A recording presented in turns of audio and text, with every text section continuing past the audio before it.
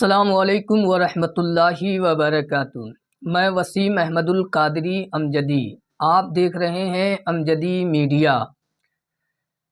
تاریخ ابن عساکر اور حجت اللہ علی العالمین، تاریخ کی یہ بہت ہی معروف و مشہور دو کتابیں ہیں۔ ان دونوں کتابوں میں صاحب مصنف نے نبی کریم صلی اللہ علیہ وسلم کی آمد سے 1000 سال پہلے کا ایک واقعہ نقل فرمایا۔ ابھی میرے آقا رحمت عالم صلی اللہ علیہ وسلم دنیا میں تشریف بھی نہیں لائے تھے، اس سے 1000 سال پہلے اس وقت ایک بادشاہ جس کا نام طبع اول حمیری تھا، جو شاہ یمن تھا، یمن کا بادشاہ تھا، جس کی شان و شوکت اتنی عظیم الشان تھی کہ وہ ایک مرتبہ اپنی سلطنت کے دورے پر جب نکلا تو 12,000 عالموں اور حکیموں اور 1,32,000 پیدل اور 1,13,000 سوار لے کر وہ جو ہے اپنے سلطنت کے دورے کے لیے نکلا۔ وہ جہاں بھی جاتا تھا اس کی شان و شوکت کو دیکھنے کے لیے مخلوق خدا چاروں طرف سے اکٹھا ہو جاتی تھی۔ ظاہر سی بات ہے کہ جو بادشاہ اتنی زیادہ لشکروں کے ساتھ کسی بھی ریاست میں، کسی بھی علاقے میں، کسی بھی شہر میں اگر پہنچے گا تو اسے دیکھنے والوں کا ہجوم تو لگ ہی جائے گا۔ اسی طرح وہ چاروں طرف کا دورہ کرتا ہوا جب مکہ معظمہ میں پہنچا تو اسے دیکھنے کے لیے کوئی نہیں آیا۔ اسے بڑا تعجب ہوا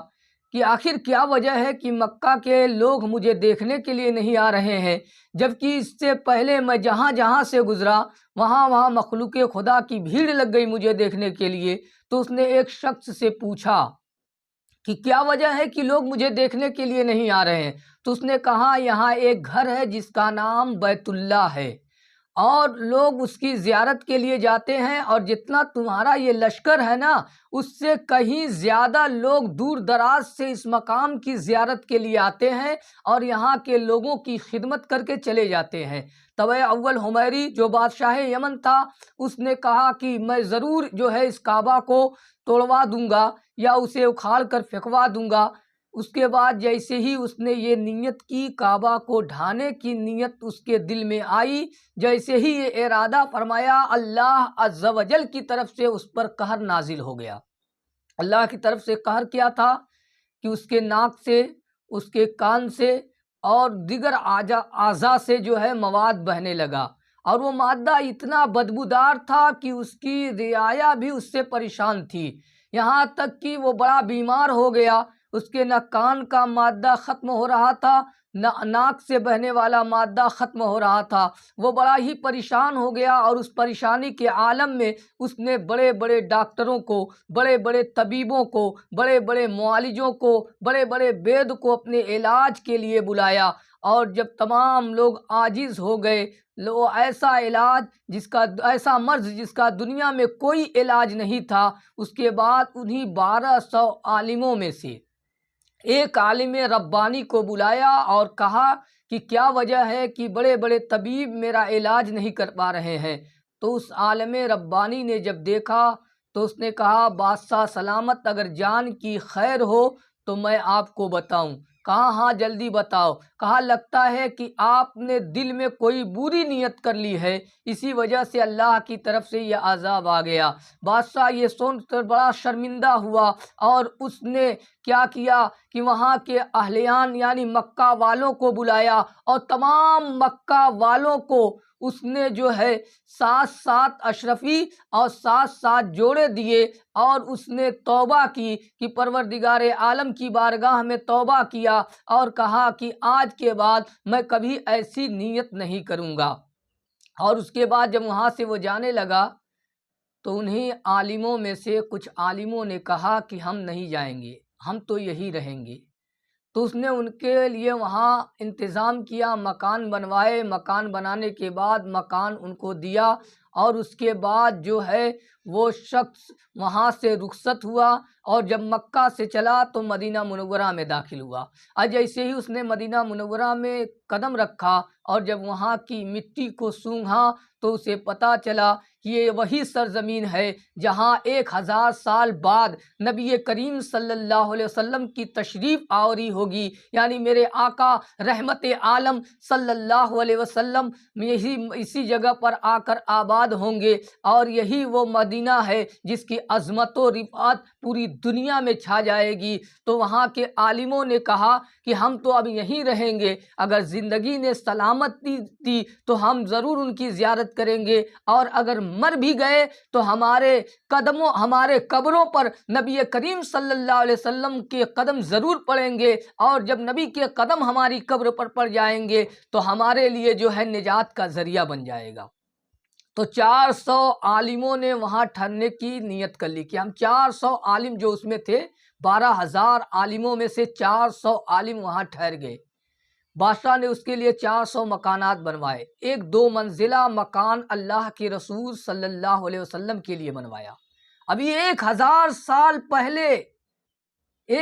سال پہلے کا واقعہ ہے، نبی 1000 سال بعد آنے والے ہیں، اور بادشاہ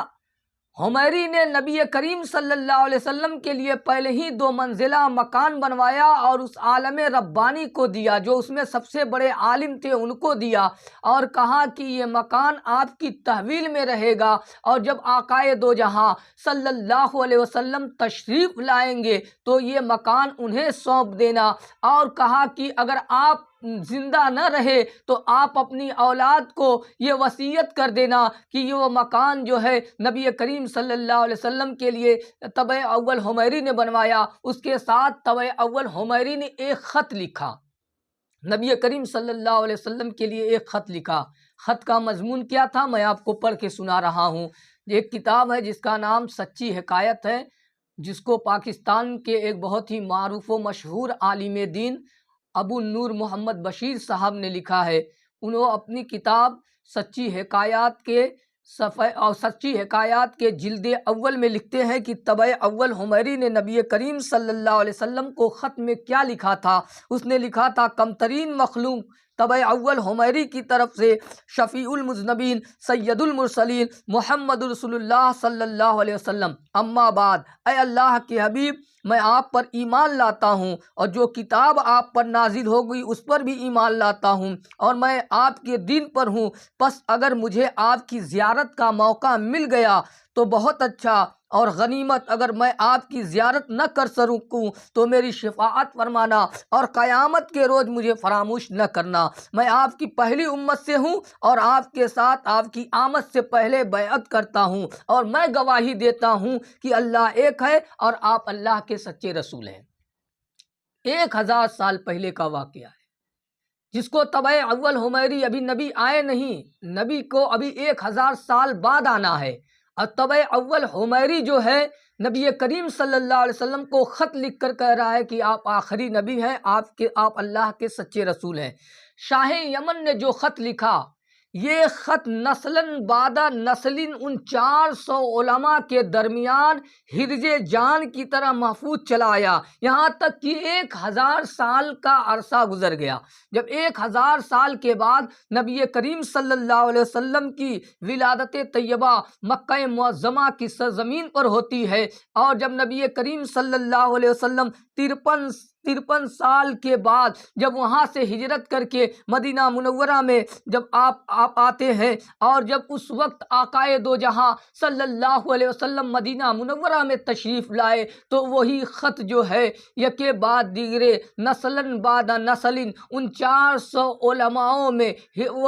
علماؤں میں گردش کرتا رہا، اور جب میرے آقا رحمت عالم صلی اللہ علیہ وسلم کی اونٹنی مقام ثنیات سے سے جب وہ نیچے اترتی ہے اور جب نبی کی آمد پر اہل مدینہ لبیک یا رسول اللہ کے نعرے لگا رہے تھے، اور اسی وقت آقائے دو جہاں صلی اللہ علیہ وسلم کی آمد پر تمام طرح خوشیاں منائی جا رہی تھی، بچے بوڑھے جوان نبی کی آمد پر سبھی خوشی سے جھوم رہے تھے۔ آقائے دو جہاں صلی اللہ علیہ وسلم کی مہمان نوازی کے لیے ہر شخص خواہاں تھا۔ کوئی کہتا تھا یا رسول اللہ آپ پہلے میرے گھر تشریف لے چلے، کوئی کہتا تھا یا رسول اللہ آپ میرے گھر چلے۔ میرے آقا رحمت عالم صلی اللہ علیہ وسلم نے فرمایا سنو، میری اونٹنی کی نکیل چھوڑ دو، میری اونٹنی جہاں جا کر بیٹھے گی میں اسی گھر میں قیام کروں گا۔ اور جب لوگوں نے نکیل چھوڑ دی اونٹنی کی تو وہ اونٹنی جو ہے حضرت ایوب انصاری کے گھر میں جا کر ٹھہر جاتی ہے۔ یہ وہی مکان حضرت ایوب انصاری کا ہے جس کو 1000 سال پہلے یمن کا بادشاہ طبع اول حمیری نے نبی کریم صلی اللہ علیہ وسلم کے لیے بنا کر دیا تھا، جس میں حضرت ایوب انصاری رہا کرتے تھے۔ اور جیسے ہی آقائے دو جہاں صلی اللہ علیہ وسلم حضرت ایوب انصاری کے گھر میں داخل ہوتے ہیں تو آپ کا ایک غلام جس کا نام ابو لیلہ تھا، جو خط اسی کے پاس تھا جو طبع اول حمیری نے دیا تھا، اور وہ 1000 سال تک وہ خط محفوظ رہا۔ جب میرے آقا رحمت عالم صلی اللہ علیہ وسلم مکہ سے ہجرت کر کے مدینہ منورہ میں داخل ہوئے تو پھر وہی خط طبع اول حمیری کا خط لے کر ابو لیلہ غلام حاضر ہوا۔ جب ابو لیلہ غلام نبی کریم صلی اللہ علیہ وسلم کی بارگاہ میں پہنچا تو آقائے دو جہاں صلی اللہ علیہ وسلم نے فرمایا کیا تیرا نام ابو لیلہ ہے؟ وہ بڑا تعجب میں پڑ گیا کہ ان کو میرا نام کیسے پتہ چل گیا، یہ تو پہلی مرتبہ مدینے میں آئے ہیں۔ پھر اس کے بعد کہا کہ شاہ یمن میرا بھائی جو میرا چاہنے والا ہے جس نے 1000 سال پہلے تمہیں ایک خط دیا تھا، وہ خط کہاں ہے؟ لے کر آؤ۔ ابو لیلہ نے وہ خط نبی کریم صلی اللہ علیہ وسلم کی خدمت میں پیش کیا۔ آقائے دو جہاں صلی اللہ علیہ وسلم نے طبع اول حمیری کا جب وہ خط پڑھا، شاہ یمن جو میرا خط تمہارے پاس لاؤ مجھے، وہ ابو لیلہ نے وہ خط دیا، حضور نے پڑھ لیا۔ سالے بھائی طبع اول کو آفرین و شاباس ہے۔ اس واقعات کی روشنی میں یہ پتہ چلتا ہے کہ ہمارے حضور صلی اللہ علیہ وسلم کا ہر زمانے میں چرچا ہوتا رہا۔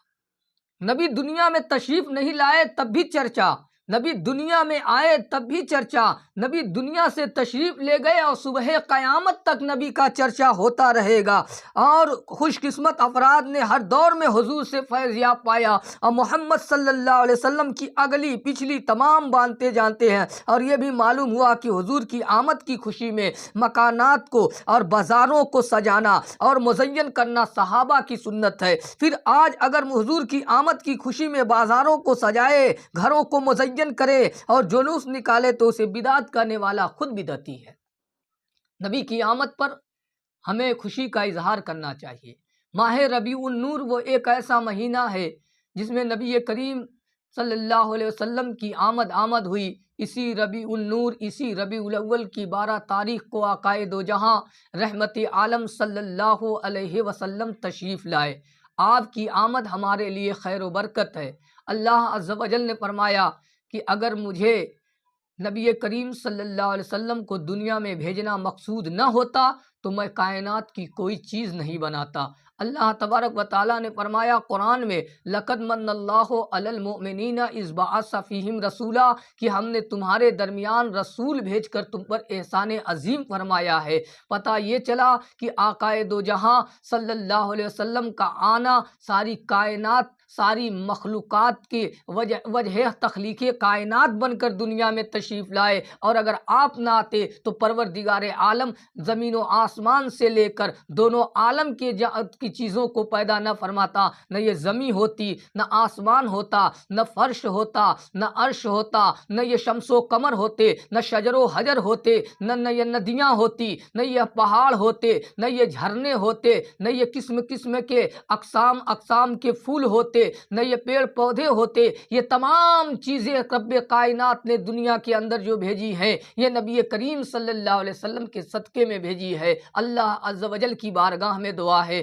مولا قدیر تمام مسلمانوں کو نبی کریم صلی اللہ علیہ وسلم کی سیرت پر چلنے کی توفیق و رفیق عطا فرمائے۔ السلام علیکم ورحمۃ اللہ وبرکاتہ۔